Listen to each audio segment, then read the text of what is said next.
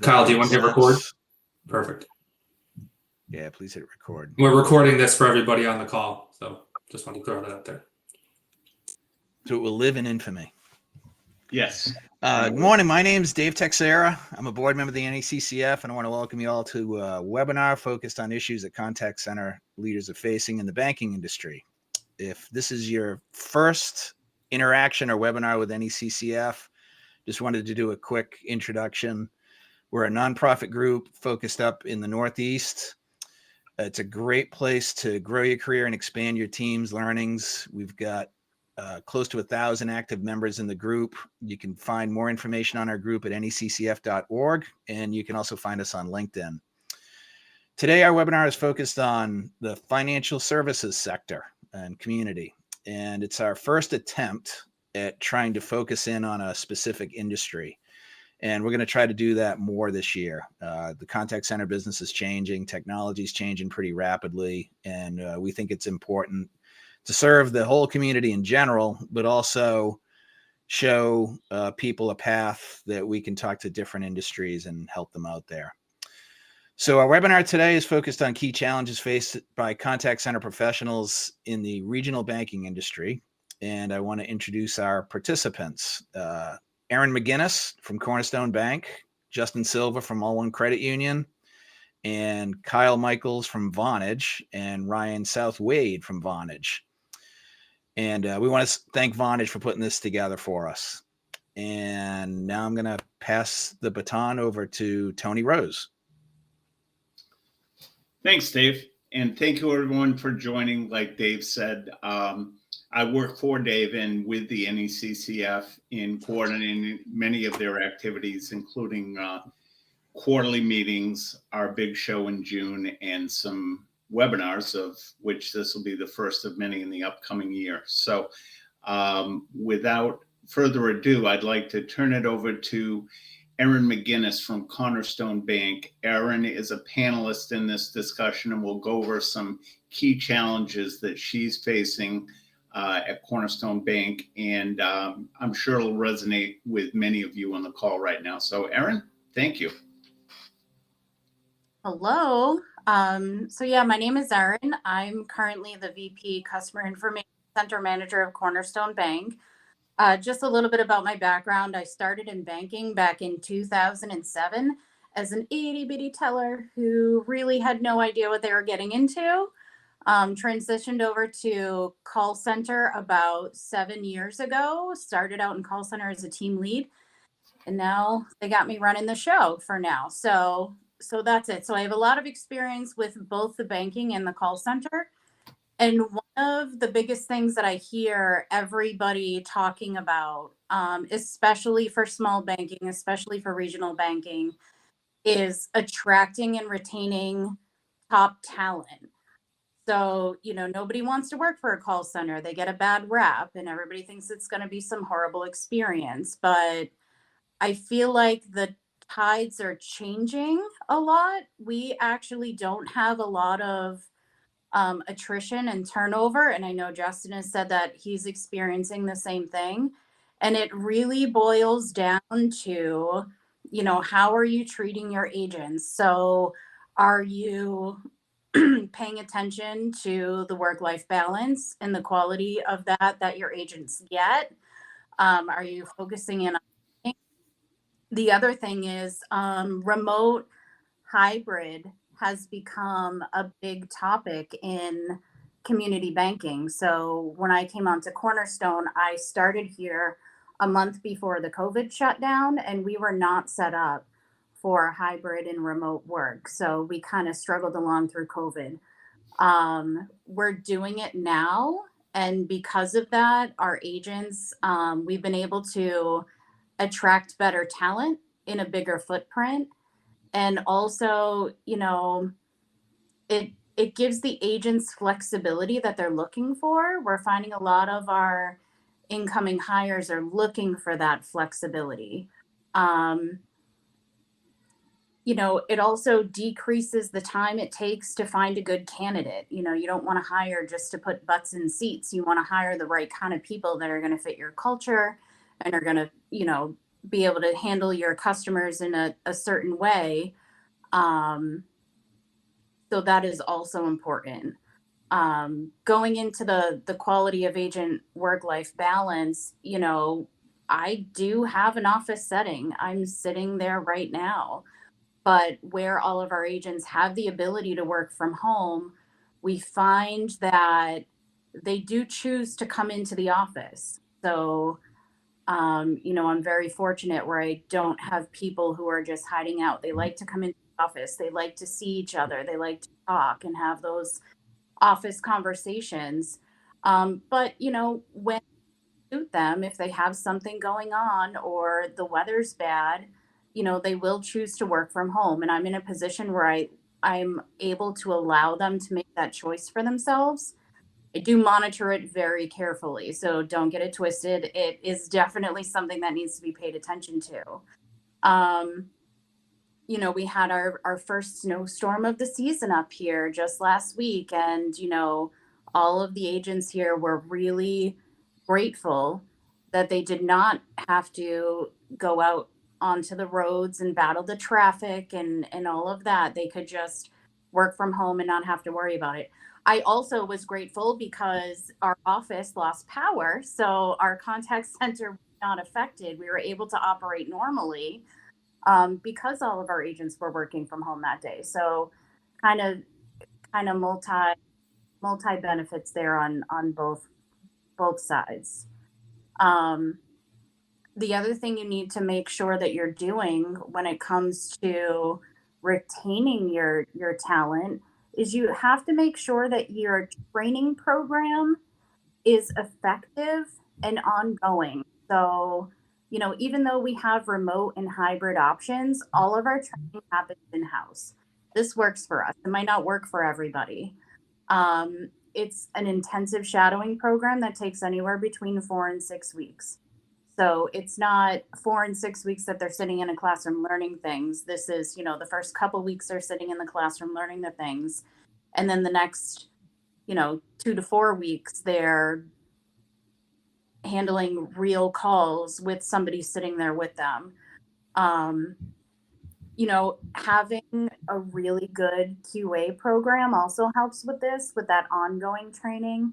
So, you know, making sure that everybody knows what you're monitoring for is also really important. Having the regular one-on-ones to go over the QA program, and also empowering your agents to make decisions goes a long way in your being successful. You know, let them make decisions within reason. Or you have a smaller group, and you know you have a better handle on what it is that they're doing. You know, something as simple as I allow my agents to make a decision to refund so many fees per day per customer, and that makes them feel empowered and very happy. And then the customers also feel like they trust what the agent is telling them because they're not constantly saying, "Oh, I need to reach out to my supervisor. I need to reach out to my supervisor." So that's also really.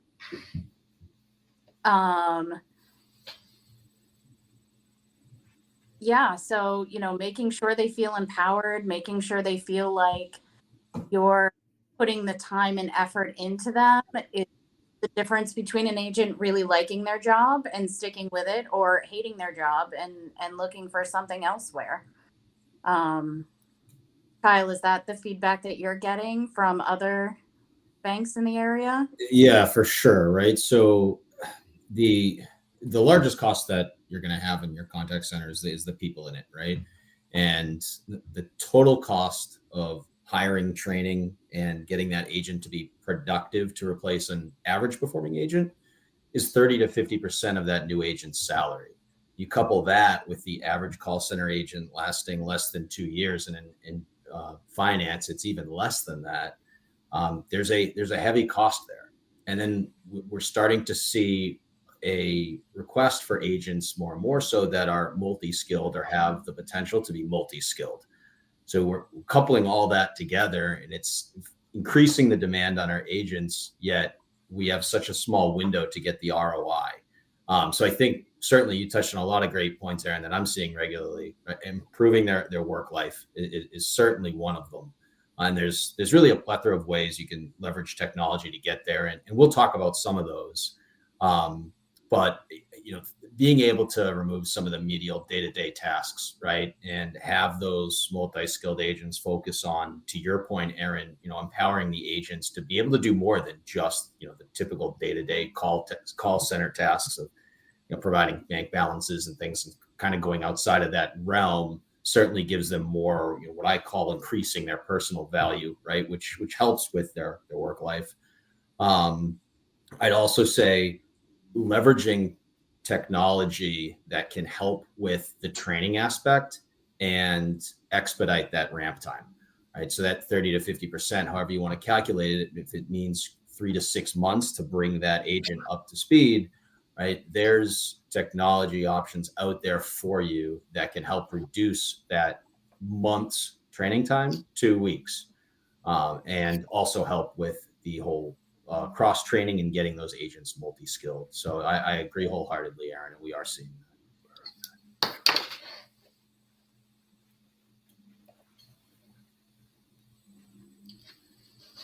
Thanks, Kyle. Next, we're going to focus on improving the customer experience and customer interactions. And for that discussion, I'm going to turn it over to Justin Silva from All One Credit Union, who's really championing that project at the credit union, kind of going through a rebranding and some other challenges. But that's really, he is spearheading at All One Credit Union. So Justin, would you like to share your feelings on that? What you're seeing? Absolutely. Thank you very much, Tony. A quick little intro about me. As Tony said, I'm Justin Silva. I'm the AVP of Retail Banking over at All One Credit Union. And one of my main responsibilities is the oversight of our member service center. As Tony had mentioned, we've recently gone through a rebranding. We were formerly Leominster Credit Union. And about a couple of years ago, we transitioned, we call it our member service center. We transitioned our member service center over from our operations department and wanted to give it much more of a member service feel. So that went under my umbrella, which anyone that knows me knows I am very, very big on the member experience. I've been in banking since I started my internship here at All One Credit Union in 1999, and just working my way up through the branch network. So I have a very strong background in understanding members' needs and the focus on them. So as Tony said, I'm going to talk a little bit about enhancing our member interactions and improving their overall experience. And I think any of us in the contact center space can agree that one of the most, if not most important things for the member experience is first call resolution. And I really narrow that down to a few different things. The first, and to me, one of the most important, is valuing our members' time, right? So the last thing a member wants to do when they have an issue is to call up and get bounced around to multiple different reps, multiple different locations, or worst case scenario, have to receive a call back. So to me, first call resolution is far and away the most important thing. The other piece that goes along with that is being available and helpful when it's convenient for the member. So that goes hand in hand with valuing the member's time. One of the things I think that people don't often consider, especially when telling a member we need to call them back, is that member has carved time out of their day to reach out to us for something. So they're trusting us to be able to support them. So for us to then take that request and say, hey, we'll give you a call back when it's convenient for us, that's just not a great feel on the member. And it has a bunch of different impacts, down from the experience to the member right down to the bottom line for the actual credit union, which leads me to My next point is first call resolution also leads to an increase in business, both from new members and existing members. And I think that's very underrated and people don't often think about that. But let's say someone calls into your call center and they want to open an account over the phone, or they want to process a loan application. If we're unable to do that when the member's calling us, it is far more likely than not that once they hang up the phone, regardless of them accepting a callback, they're getting on the phone with the next institution. So I've really narrowed it down to those three things when it comes down to the importance of resolving the member's issue at their first point of contact. Kyle, is that similar to what you're hearing about when you talk to people in the industry? For sure. And first call resolution, right, is of utmost importance. I couldn't agree with you. I would, just to add on to that, right, particularly from a customer service perspective, for far too long, first call resolution also was associated with getting off that call as soon as possible to be able to take the next. And I think as we start looking at technologies to kind of automate a lot of those day-to-day medial tasks that I referenced earlier, and can allow the agents, multi-skilled agents that are familiar with the portfolio, that can talk about that portfolio, can dive deeper and ask more questions, right? As opposed to just getting to right away to answering their quick question, leaving the conversation there. And we'll talk about it a little bit further on, how those additional, I'll call them probing questions because I'm a sales guy, but finding out really what the heart of their, whatever they're calling in for, is actually trying to achieve, because you're likely touching on different pieces of the portfolio that the customer can leverage. So not only is it good for the bank or the credit union, but it's also good for the customer, and you're doing them a disservice if you don't talk about that. But yeah, I would agree, certainly, Justin. Excellent. So my next point is, in this day and age, the importance of providing multiple communication channels. So I've really identified 5 key channels that we have to keep in mind when it comes to member experience. First one, the telephone. And then we have online chat, text messaging, email, and then secure messaging through our online banking. Now, what I think is especially important now that we have a much larger generational mix in our membership is really helping members how they want to be helped. We aren't really in a position any longer where we can say, you have to come into a branch for this, or you have to call us for this. There's just so much competition out there, and people prefer to do business in so many different ways that in order to really provide the best service to our membership, we need to really start looking at all of the channels and the way members want to do business and help them do business the way they want to.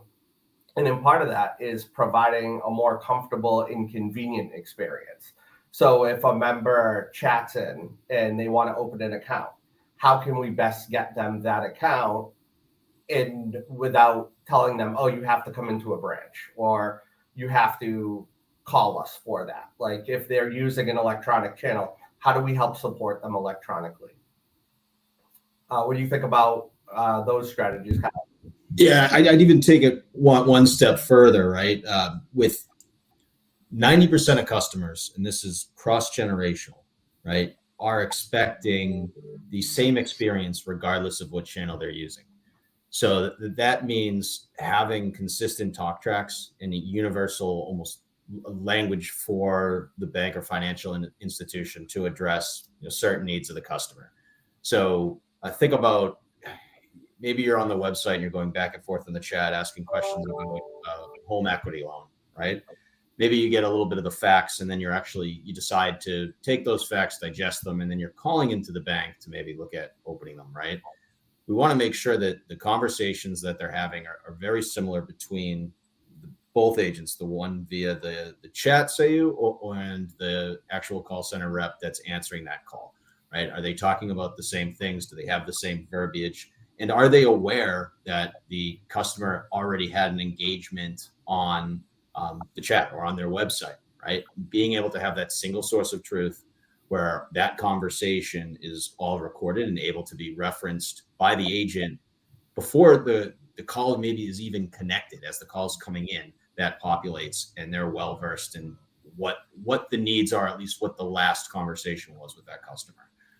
So yes, certainly agree, Justin. That actually leads into my next point perfectly, and wasn't even planned. Did that on purpose, my friend. Right. So my next point is maintaining the same member experience across all channels. So it is so easy, especially when you get into technology, to think like, all right, if a member's chatting us in, or if they're texting us or sending us an email, like that's just a written form of communication. You can send a quick response. And that's really not always the case. Members that prefer to use those channels, they want that same experience as if they called up and was talking to someone, but without actually having to take the time to call up. Or maybe their personality type is that they don't want to call someone, but they still want to get the information. They still have problems, they still have needs, and they still need solutions for those problems and needs. One of the first things that I think is overlooked when it comes to electronic communications is really keeping that communication professional and thorough, not giving quick responses with like emojis and things like that. I think it's so easy to just kind of quick respond to a member while you're in the middle of things, but we have to value those interactions the same way as we would value a member walking into our branch, the same way as we would value that member picking up the phone and calling us. Because at the end of the day, they have a need and they're choosing to reach out to us to have that need solved. Which leads into the other important piece is fully identifying needs and solving problems. So just because a member reaches out electronically doesn't mean that we can really skip out on digging deeper into the root cause of the member's issue. And one, very basic example I have for that is, say a member chats in and they are inquiring about a fee they received on their account for bouncing a check. Like it would be so simple for the rep to just explain what the fee is and offer the solution, whether that's reversing the fee or letting the member know, just like, hey, this is what the fee is. But is that the best experience? And in my eyes, it's absolutely not the best experience. You really want to get down to the root cause of the fee, which would be, does the member have overdraft line of credit? Do they have money in a savings account and we can set up a sweep? Now, those are conversations that happen all the time in branches and on the phone. But we need to make sure that we are digging deeper when members reach out through electronic communications and still solving their needs and providing that consistent experience across all of our channels. This hits close to home, Justin. So if I may, when I graduated from college, right, I opened up a bank account, and through college, used them regularly. And then I got my first home loan through this same bank, right, which was a miracle because my credit score rivaled that of a mediocre batting average. So I was very loyal to them. As I grew with the bank, their website was very intuitive. It's easy to find what you need. The mobile application's great. I literally log into it every day and check, my balances in different accounts. And I probably engage with them on, probably every other month frequency for whatever purpose, through a plethora of different channels. And as much as I love my bank and as loyal as I am to the bank, I made 2 major financial transactions in 2024. Guess how many of them I did with my beloved bank? 0. Neither. And why? And the first one, right, was my car purchase. So anyone that knows me well knows that I've been looking for a car for like a year and a half. They all make fun of me. And I've been going on different websites and all kinds of things. Finally found the car I wanted. Went to a dealership that I ended up. The only thing I hated more than the dealership was the finance guy that gave me the loan at the dealership. And I remember driving home. Why didn't I just call my bank and see if I could just get a car loan through them? Why didn't I could have had all my accounts right there. I wouldn't have to have this new account. That's a problem, right? Because my bank had a multitude of opportunities to be able to ask simple questions. Mr. Michaels, I hopefully I helped you with everything today. Just out of curiosity, do you have any major financial purchases in the next 3 to 6 months? Anything like that, any kind of inquisitive back and forth would have easily have gotten my attention. And I would have asked that question because it was top of mind for the last year and a half. Right. Another example would be the second transaction I made this year. I called up my credit card company, which I've never done before, maybe once in the 5 years that I had the credit card company. I don't even know why I called. It's probably to figure out how my wife could have spent so much money in one bill cycle. But at the end of the conversation, they said, "Can I help you with anything else?" And I said, "No, that's it." And they said something along the lines of, "Before I let you go, have you looked at any of our," see if I can remember the verbiage, "any of our interest bearing accounts," something along those lines. And I responded, I've looked at CDs before in the past. I just don't like the idea of locking up my money for 6 months to a year. And I was basically getting ready to hang up the phone, and they're like, "Have you looked at a high yield savings account?" I paused. Well, what's that? So this call happened on a Wednesday. By Friday, I ended up opening a high yield savings account with this credit card provider. And again, why didn't I do that with my bank? Would have been so much easier. All my other accounts are with this bank. I love this bank. I'm loyal to this bank. They never asked the question. Now, I don't know if I got an experienced agent at my credit card company or if they just had the technology or the tools at their disposal to know what questions to ask and when, and have a closing question for me when I was there. But regardless, it was a big miss. And I can imagine if I was the CEO of my bank that I love, and he knew that story or she knew that story, that there would be hell to pay, right? That's a giant miss, because I may be a small sample size, but as I've told that story to others, it really resonates with them too. And they've had a similar experience. Sorry, Justin, I just needed to add that in there. Oh, no problem. That's great, because it just reinforces the fact, like, one of the things I always preach with my team is really understanding that we're the financial experts, right? Like, members look to us to give them guidance. If they were the financial experts, they would be doing the job, right? Like, everyone has their own profession. Everyone's an expert in like what they're doing, and we all need each other. Like, if I have a problem in my plumbing in my house, I don't fix it myself. I call a plumber, right? Like, when they need financial advice, they come to us.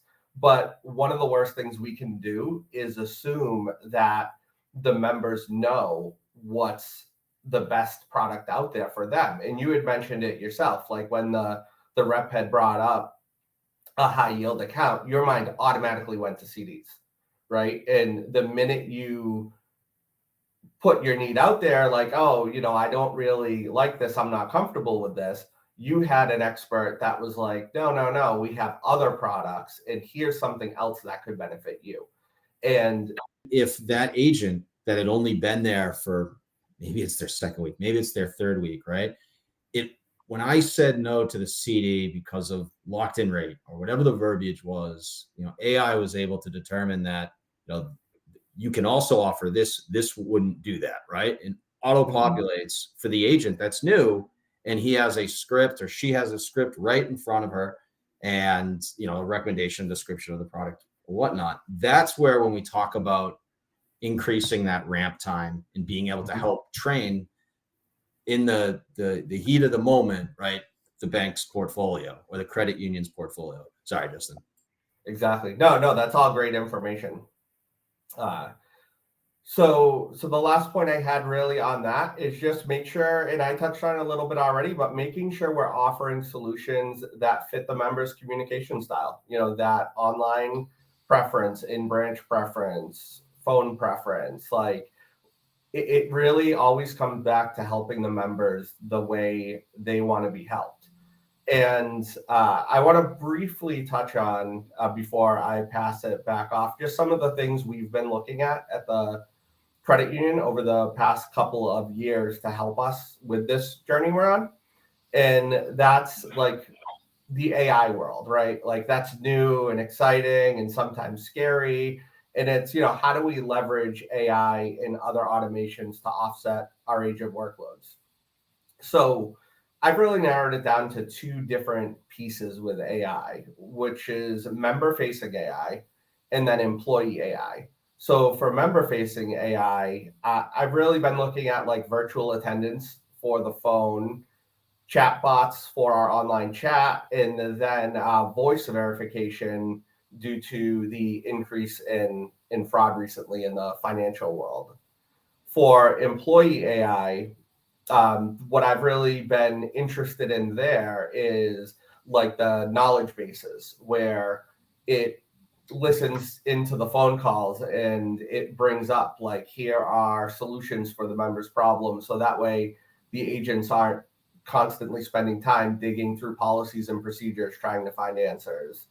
And then one piece that's actually really got me pretty interested that we're digging a bit more into this coming year is call sentiment tracking, where that greatly enhances the quality assurance process. I mean, if you think about it, how many calls can we actually listen to? Like, we take thousands of calls a month. We can't listen to thousands of calls a month, and we can't just hire a rep and pay them to listen to thousands of calls a month. And what do you really get out of a random sample? You might get a few bad calls, but then you have thousands of great calls. Like, it's just, the data can be skewed in so many different ways. And what we've seen is that with the call sentiment, you can really gauge overall a better picture of your member experience that you're providing. Kyle, what do you think about those different AI options? Are we missing anything, or? I mean, when it comes to AI, right, we could be here for hours talking about some of the different ways you can leverage it. And I don't want to steal too much of Ryan's thunder, because I'm sure he's going to get into a lot of this as we start talking about how we solve a lot of the things we're talking about. But to be more direct on some of the pieces that you mentioned, think about it from a training perspective, right? Being able to pull out those particular calls and being able to say, this is where it went wrong, this is where it went well. Taking it even a step further, how about being able to scrub all that data and finding comments like, did they mention a certain product set, right? Maybe the bank or the credit union's looking to get more into, I don't know, equity lines before the rates drop. I don't know, I'm making this up as I go. But maybe there's something like that they're looking to get into the eyes of their customer. If we have Agent A mentions it 50% of the time and they're selling X, or they're getting interest, X amount of times. And meanwhile, the agent that's mentioning it 30% of the time is getting, X results, and being able to compare that, have real true metrics and measures to be able to show the ROI of, some of these advancements you're doing in the contact center. It's just, it opens up a whole new world. Hopefully you can tell I'm getting a little excited. It may be corny, but there really is so much you can do here and so much you can take advantage of that it opens a lot of doors. But I will save some of that for Ryan. Yeah, and it's like, it's such a great point, because when I first got into this space, when we talked about AI, what usually comes to people's mind is taking the interaction away from the employee and having the member self-service. And if that's how you're looking at AI in the financial world, you are missing the boat. Like, there is so much more to AI that I've learned over the last couple of years, meeting with different vendors, attending conferences. And I think the most underrated piece of AI in the financial world today is the employee aspect of it, because that's where it's the most helpful when it comes to expanding business and really helping with just the overall experience. Because like you said, you got new agents, and it's an extensive training process. Like one of the first things I noticed when I went from the branch world and really incorporated our member service center is like our agents have to be experts in everything. Like when we look at them and you compare them to branch reps, it's like you need depending on how your organization structured, like a senior level branch rep is really like where your base level call center rep needs to be. Like they just need to know so much about everything. So just that, like I said, that AI piece to me, especially on the employee end, is just something that I don't think is talked about enough. And I don't think enough value is put on it, especially with when you're looking at ROI and how you can increase business. It's just, too many times AI is looked at as almost a way of offsetting the agents. In reality, it's creating a tool for your agents and your agents training, as well as assisting the customers, right? Because AI is helping that conversation along, right? And it's helping offer more guidance, information, things like that to the agents themselves to better help the customers.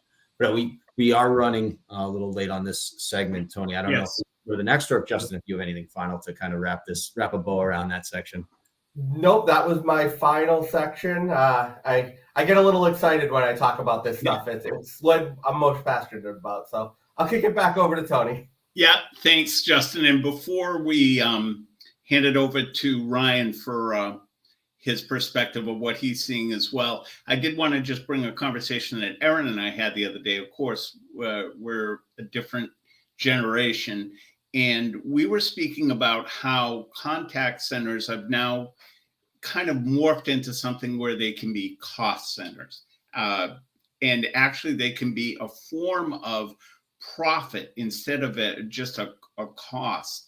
And Erin shared some interesting insights on that. If you want to do that quickly, Erin, before we hand it over to Ryan so he can address that as well. Yeah, absolutely. So the first thing is, you gotta make sure that if you're looking to turn the vibe of your call center from a cost center to a profit center in the eyes of your executives, the first thing you need to do is have a really good CRM tool, period. And your agents have to use it. We got a CRM tool about a year ago, and I'm going to be honest with you, the first few months of them leaving notes, they were trash. But as they got used to it and went along and started actually seeing the value in having that information rather than me just telling them, it got a lot better. There's also some tips and tricks on how you can really drive that behavior. We made it a line item on our QA score sheet. If they don't leave a note, they get points taken off. So there are some very simple ways that you can really drive this behavior. And with all of that information, it gives you the opportunity to change the culture of your center from simply a servicing aspect to a sales aspect. Like Justin said, a lot of call centers started out as an extension of the operations department. Mine was as well. And if that's your reality, your agents are not going to like the S word, the 4-letter word that nobody wants to hear, and it's not the one you're thinking of. So nobody wants to hear that, but it's a reality. Like, banks are businesses. We're not a charity. We're not a nonprofit. And having that information in there will really help you find out what your customers are actually looking for. And not only that, but it'll help you gauge your agent's understanding of what your current product offerings are. We focused on a customer-centric sales model, what makes sense for the customer in that moment. And once you really think about what your customers are asking for and what they're mentioning and what they're signing up for, it makes it so much easier to put, an ROI on it or some dollar figures to it. So one of the things we were getting a lot, we have a lot of customers who live in the middle of nowhere, Massachusetts, and they'll say, I didn't get my statement. So, okay, perfect. That makes perfect sense, actually. But we've trained our agents to respond by saying something along the lines of, I'm sorry to hear that. I'll send a copy out right away. Did you know if you enrolled in our e-statements, you could have your statement online as soon as it's available? So not all of our customers are going to buy that. They still want the paper statement, and that's super cool. But, like Kyle mentioned, he didn't know about the high yield savings account. Some of our customers might not be computer savvy or know that's a thing, but I figured out the actual dollar amount that we are saving by not printing a statement and mailing it to a customer every month. And that's a figure that I can bring back to the executives and say, we signed up this many people for e-statements, and this is how much money we saved the bank because of it. And, that's just a small example, but, you can do that with anything else. If your agents are guiding people to new accounts, if they're, getting some ancillary services or some sticky products set up, those all have dollar figures attached to them. And those are all things that you can capitalize on to make your center seem more of a profit center rather than a cost center. That's great. That's great feedback, Eric. Now, in essence of time, I wanted to turn it over to Ryan, Kyle's colleague, because he actually, I think, has some figures that will bear that out. And because let's face it, we're all in the financial industry, so it's very close to us about profitability, the bank's profitability. But it's interesting to see how technology can actually help us improve the profitability of our contact center and make it a profit center. So Ryan, do you have anything you could share with us along those lines? Yeah, absolutely. Thanks, Tony. So I will, we've kind of covered a lot of questions, and we've, gone between speakers. So I'm going to start from the top, kind of where the conversation began, right? So in terms of attracting top talent, Erin had kind of alluded to, hey, having a hybrid workplace, that's going to be a big selling point, especially post-pandemic. Something like moving your phone system from on-prem into the cloud will allow you to do that, right? So instead of somebody having to come in 5 days a week because their phone system is, on-prem, and I have to be able to pick up the phone at my financial institution contact center in order to make calls and receive calls and things like that. You move your phone system into the cloud, and then you can have people be more flexible, give them that work-life balance. All they end up needing is a laptop and a reliable internet connection. That's about it. I'm not even using a headset today. Some people prefer to use that. But that's a huge competitive advantage, right? And I know that there are a lot of people that will say, oh, 100% in office, I don't even necessarily want to apply to that job. It's almost, for a lot of people, it's almost a deal breaker if they don't have at least a hybrid environment. And for those people that do, for those businesses that have 100% remote, it's not only more appealing to those people that never want to go back into an office, but it also opens up the talent pool to the entire country, right? For instance, my company is headquartered in New Jersey. I sit here in New Hampshire. So that's another big advantage that people can have, that businesses can have when they're not geographically locked to a certain location, and can just open up, hey, we're going to open up this job posting to anyone in the country, even with time zone differences. Some people in California might not mind getting up super early and start work at 5 a.m. because it's 8 o'clock over here on the West Coast or in the East Coast, right? So that brings us to, retaining top talent, right? And obviously pay and benefits, things like that are nice. But when you think about retaining top talent, you think about keeping people around and keeping people in the job, you think about, what does the actual job look like, right? If I like the job, if I have the tools that I need to succeed, and if I'm able to do my job well, and I've got confidence in doing my job, it probably means I'm going to be sticking around a lot longer than somebody that can't quite figure it out, or they feel lost all the time. They'll feel frustrated and upset. So I'm going to go ahead and share my screen here and bring up some statistics like Tony talked about around some solutions that are out there and available to you to kind of help with that process. Let me know when you guys can see my screen here. I'm going to slide this audience view out of the way. Are we good to go on the screen share? Yep. Yes. Perfect. Awesome.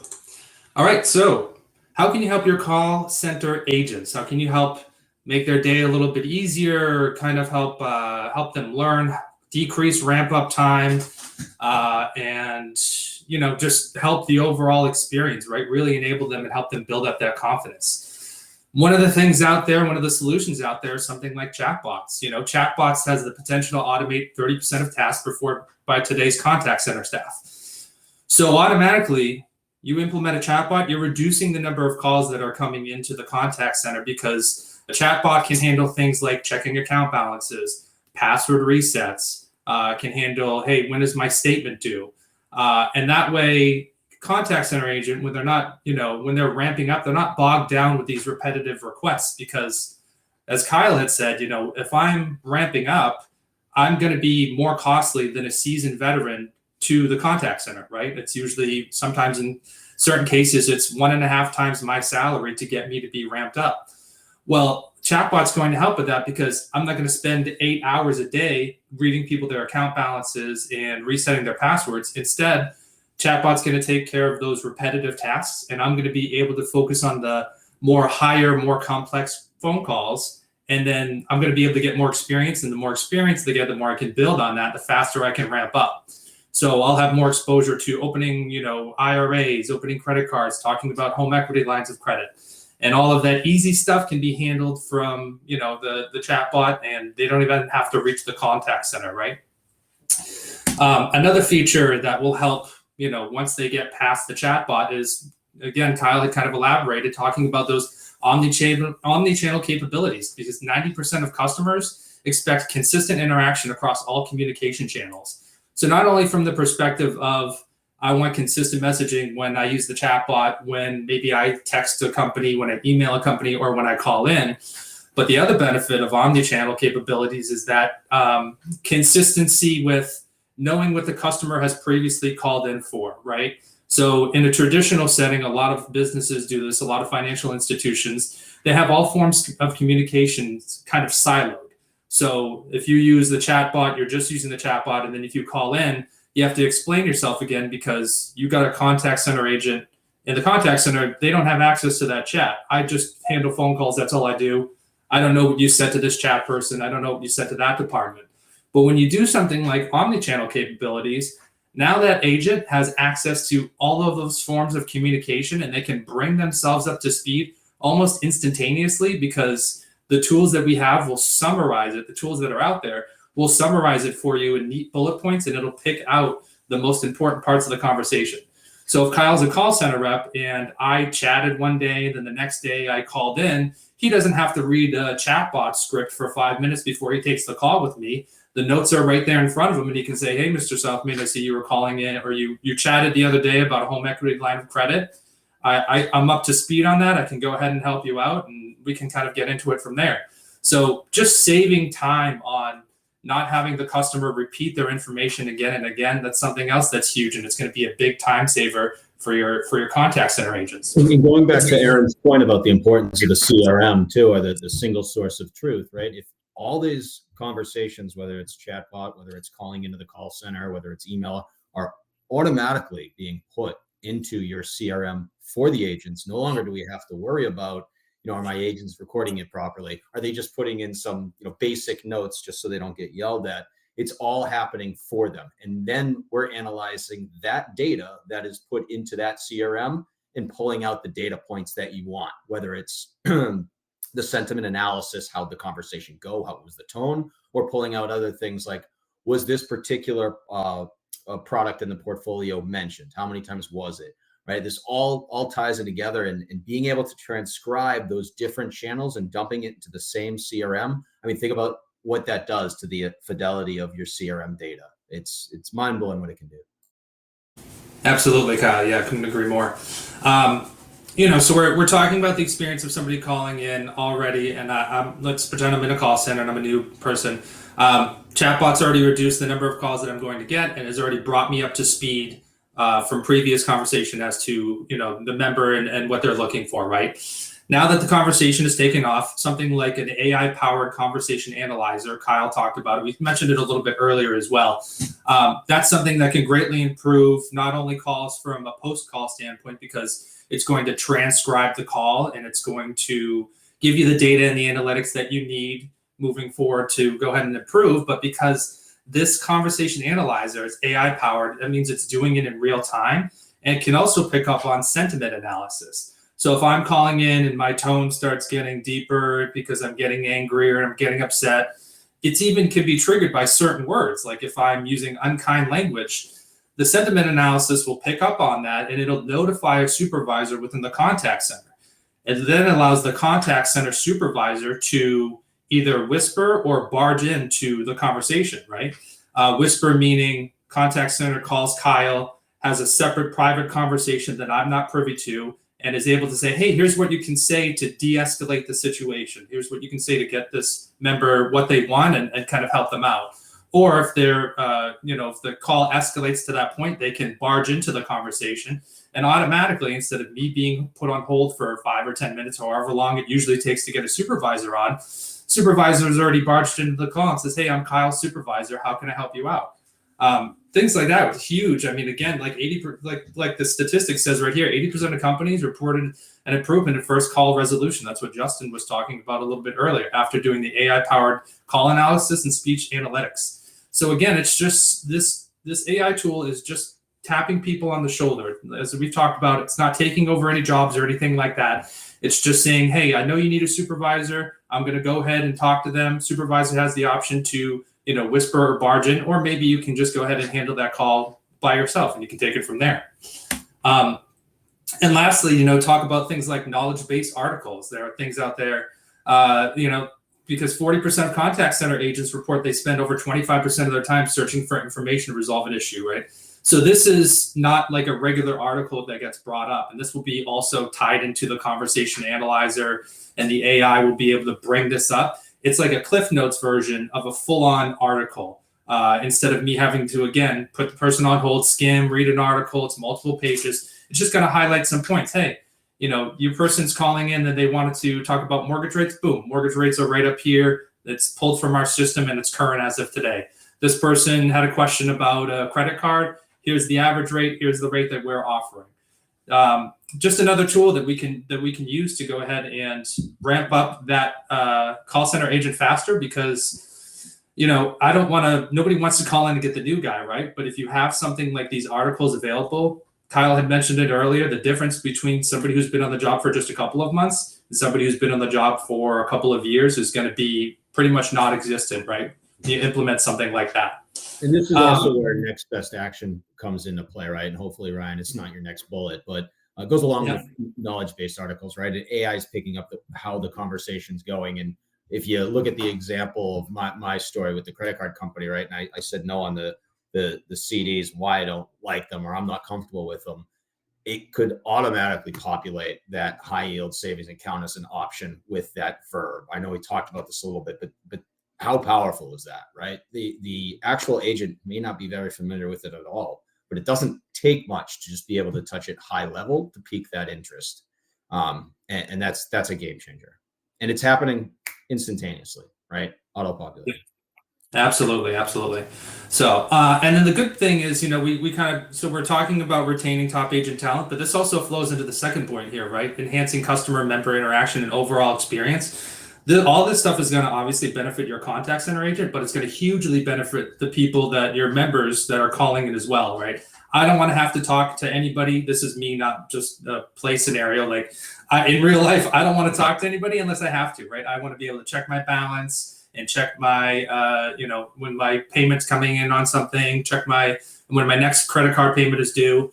Chatbots will enable me to do that. I also don't like having to explain myself multiple times, as I'm sure nobody else does here on the phone. Call into a one person on the call center, tell them a story, get transferred to another department, tell them another story. It's not good. If I call in and somebody's already brought up to speed, that's fantastic. And then the conversation analyzer and the knowledge-based articles, again, that's going to help the overall experience for your customer and your member and your contact center agent as well. So this leads us into, kind of the final point here, turning the contact center from a cost center to a profit center. And I know we're coming up on time, so I'll make this brief. When a member is calling in to the contact center, we talked about the AI-powered conversation analyzer. That's not just detecting the sentiment of somebody who's upset with something, right? That can also be used to target people when they're talking about various things. If I call in, like Kyle, for instance, Kyle called in and said, hey, I need to pull a bunch of money out of my savings account and I want to make a bank check out to this car dealership over here. AI is going to pick up on that. It's going to bring up to you, hey, these are our car loans right here. You're creating a bank check and you're writing it to some other, the financial department of this car, center over here. These are our rates right here. Bring that up and put that in front of the customer.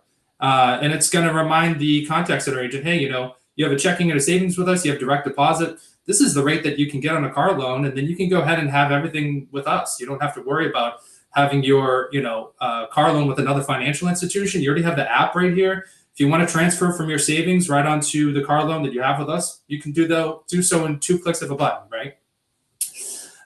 And if the AI-powered conversation analyzer doesn't pick up on anything throughout the phone call, we have something like screen pops, and screen pops tie into exactly what Erin was talking about, where if I just, don't say anything that triggers the conversation analyzer, notes from the system will be pulled directly from the CRM and it'll be put right in front of the member to say, hey, this is something that this person is eligible for, right? This person has a checking and a savings with us, and they can get a credit card with us at a special rate and $150 statement credit because they already have these other services with us. So it'll pop right up before I go to close out somebody's account, pull the information from the CRM, say, hey, these are the services and products that Ryan doesn't have currently, and this is what he's eligible for. Because the biggest piece of information that, obviously there's a lot of good things being talked about today. The biggest thing that I can leave you guys with is that when your members are calling into your contact center, if you are not cross-selling or upselling them, you're leaving money on the table, right? And that's not something that just myself and everybody believes on this call, but this is the last slide that I wanted to go over before I let you guys go. These are all industry leaders here that agree. Up in the upper left corner, we've got Salesforce. 89% of consumers are more likely to make another purchase after a positive customer service experience, right? Our friends over at Salesforce. 90% of people, once you have that excellent customer service experience, 90% of people are going to expand their services with you, whether it's on that call or at some point down the road. Amazon, this blew my mind, but it's actually not surprising when you think about it. About 35% of Amazon's revenue is generated by upselling and cross-selling techniques. I mean, you don't even have to talk to a person with Amazon. You bring up the app and it says, you purchased this, people also purchased. That's it right there. Something like an upsell. I look up Bluetooth headphones and it says, hey, there's a newer version of this model available. Okay, well, I want the newer version. I don't want the older one. So HubSpot is a little bit more conservative. They say around 30% cross-sell, that increase in revenue for people that cross-sell and upsell. And then once these are done effectively, you get a 20% increase in customer lifetime value. So, and I know that some people on the line are probably thinking, well, my contact center agents are already kind of packed to the gills answering these phone calls and doing everything else. That's when we go back to this page. That's when we go back to these tools that can free up 30% of their time, increase the ramp up time, have them do their job more effectively. And with that increased time, they can start doing cross-selling and upsell tactics with the power of AI to help increase revenue. So definitely something to think about as we end 2024 and we go into Q1 of 2025. So I'll stop sharing my screen. I'll kick it back to you, Tony. Thanks. Yeah, thank you so much, Ryan. Those were great numbers right there, and that kind of directly addresses both the issues that Justin and Erin brought up about making the contact center a profit center with some of those savings there. Now, in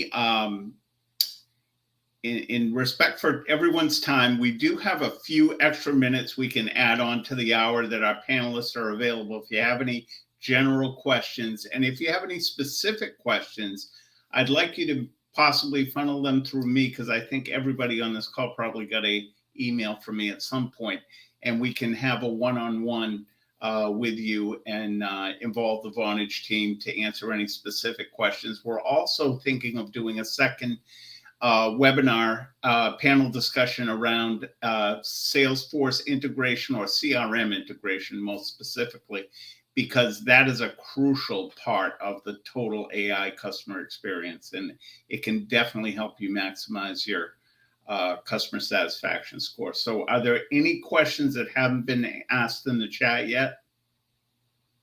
We can unmute it now if anyone has a question. If not, I'd like to thank everyone for their time, and welcome you all to reach out if you have any specific questions. We'll be happy to address them as a team. Doesn't look like there's any questions. So John told us great job. So thank you, John. Appreciate it. oh, thank you.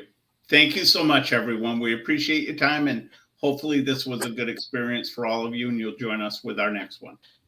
Take care, all. Thanks, Thank you. everyone. Bye now.